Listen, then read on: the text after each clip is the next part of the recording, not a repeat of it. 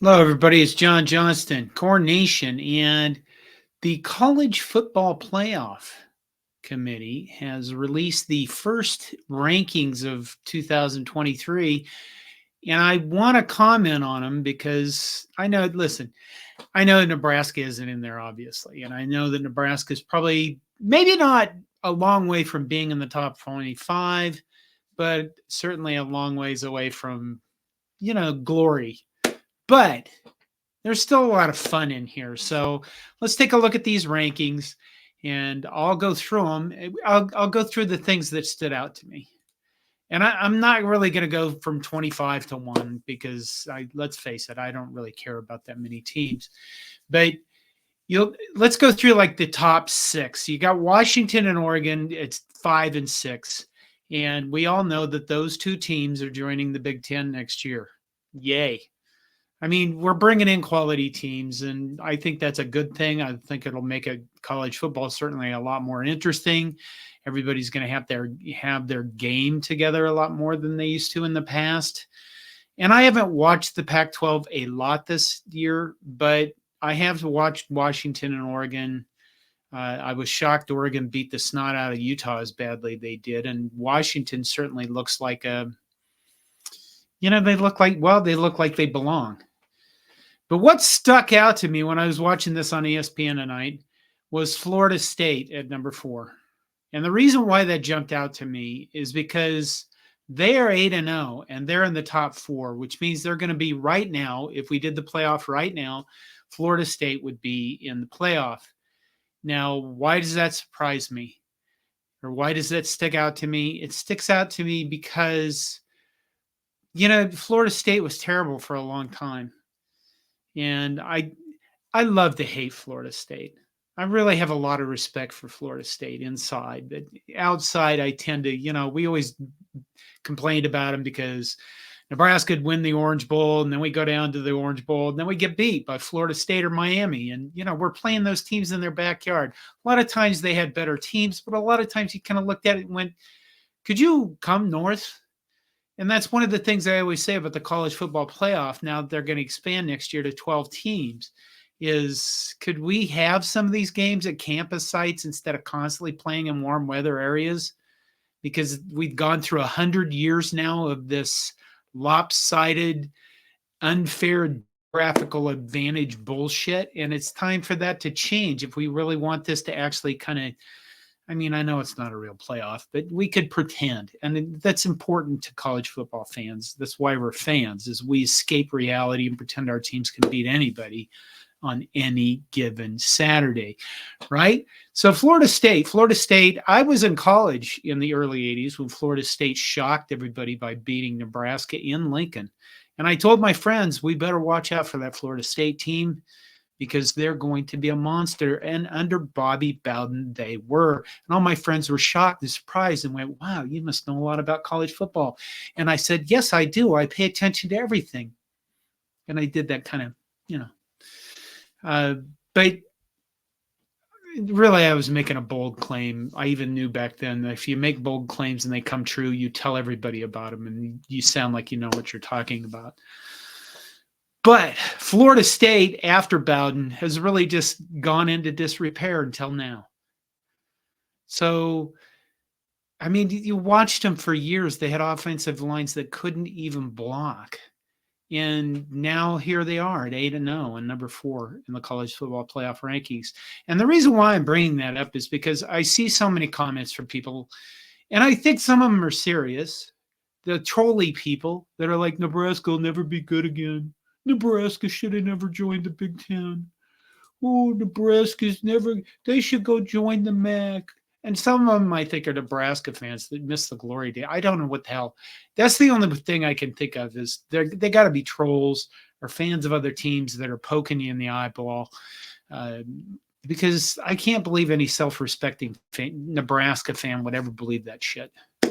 Really. Because I look at Florida State, where they are and where they were, and they went through crap tons of coaches, and they went through crap tons of pain. But they're back now. And I know there's a lot of people that believe Nebraska can't do that. And, Nebraska will never be able to recruit people. Doesn't have enough players. Nobody ever wants to go to Nebraska. Okay, well, that can change, can it? Because it changed for them. And I can tell you this without, this isn't even a bold statement. The reason why Nebraska can climb back into that stuff, into the college football playoff rankings, is because we have the will. And that means a lot. It means you're willing to put the effort and make the changes necessary to get there.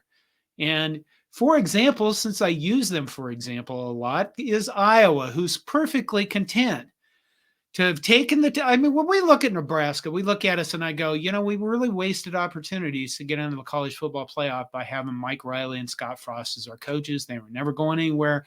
They weren't going to do anything. They weren't going to build teams. In fact, they both took us and drove us into the ground.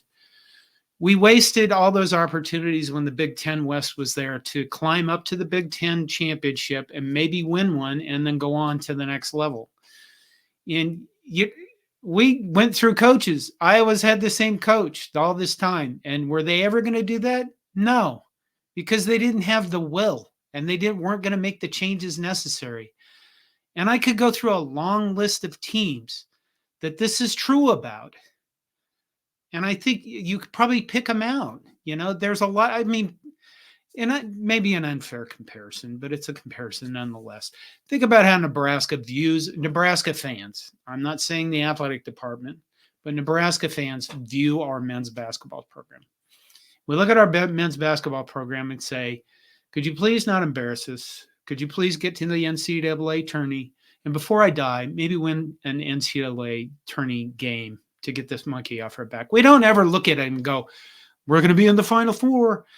Why? Honestly, I don't think the will is there. In Nebraska, that's a whole other discussion. And I'm not going to go into that right now. But I think it's impressive, that Florida State is back there. And congratulations, Knowles. That's kind of cool. And I'll probably drop that for now. I could go on about this for quite a while, actually, with, all the coaches. And I felt bad for them all the years they had linemen that couldn't even block and they got their quarterbacks killed and destroyed. And, really, honestly, congratulations, Florida State. Good job. Number 3, Michigan. If you had to pick one team that's looked really dominant this year, I would pick Michigan. And then you have all this stuff with the sign stealing going on. And you kind of look out there and you go, why do they look so dominant? Could it be that they built an entire spy network and they know everything ahead of time? That could be. The Michigan fans are in heavy denial. So much denial. They are denying things. They are literally taking the quota of denial away from other fan bases, because every fan base does this. Let's face it. Every fan base is kind of like, my coach is in trouble. I'm not going to believe it. I'm going to defend him. Oh, that's not that big a deal. Jim Tressel and the tattoos, for example. You kind of look at it and go, well, that wasn't a big deal. Well, it was at the time. That's why Jim Tressel, got canned or wasn't the coach anymore. The rules were the rules of the time. They may look silly later, but, college football is evolving and it'll continue to evolve. But Michigan at number 3, right? Michigan at number 3. They're going to play Ohio State. And the cool thing about this, let's go to Georgia at number 2. So Michigan's at number 3. I think they've looked like the most dominant team this year. Georgia's at number 2. I think they're clearly the best team in the SEC by far.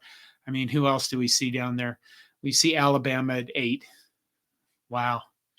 You remember all the years when, like, the SEC, ESPN wanted them in the top 4, all of them. And Ohio State comes in at number 1. Now, why does Ohio State come in at number 1? Well, they have the best resume. I mean, they've beat Notre Dame.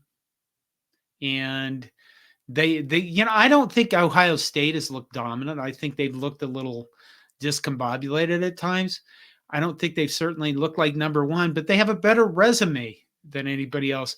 But the neat thing about this is, and the fun thing I think that's going to be happening in college football, Now that we're in November, you're going to see this, and it's going to be November. And November is like the dream killer of months for college football fans, because you're always like, our team's going to be the best, and then they lose to some chippy low conference team and explode everything, and it's great.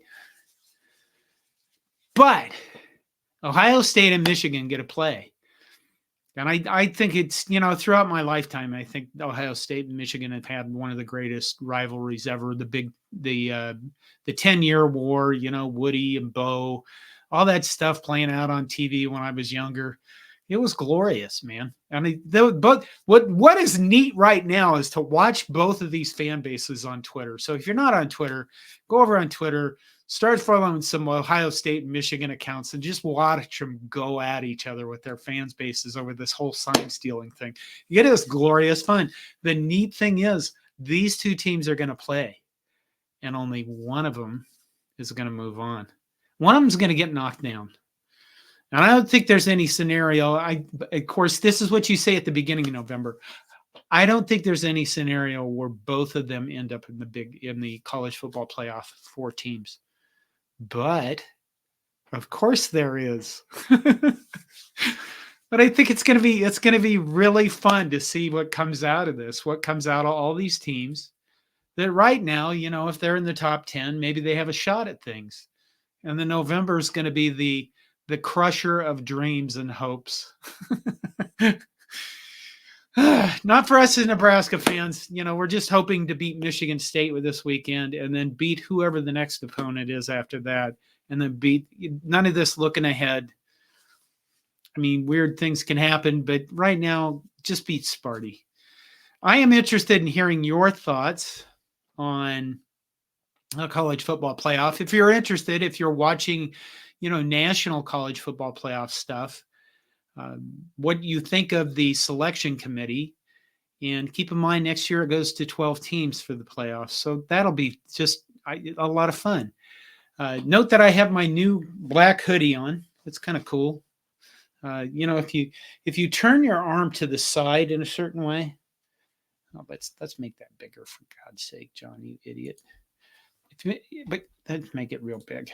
If you turn your arm to the side a certain way, it looks like it's going backwards. I screwed this whole thing up. Okay, if you turn your arm to a certain way, it can look like you're flipping somebody off. What a child I am. Okay. Please subscribe. Thank you for your support. Tell everybody else about this channel and what a dork I am, I guess. Thank you for watching. Take care of yourselves. Good night or good day, whatever it is. Bye.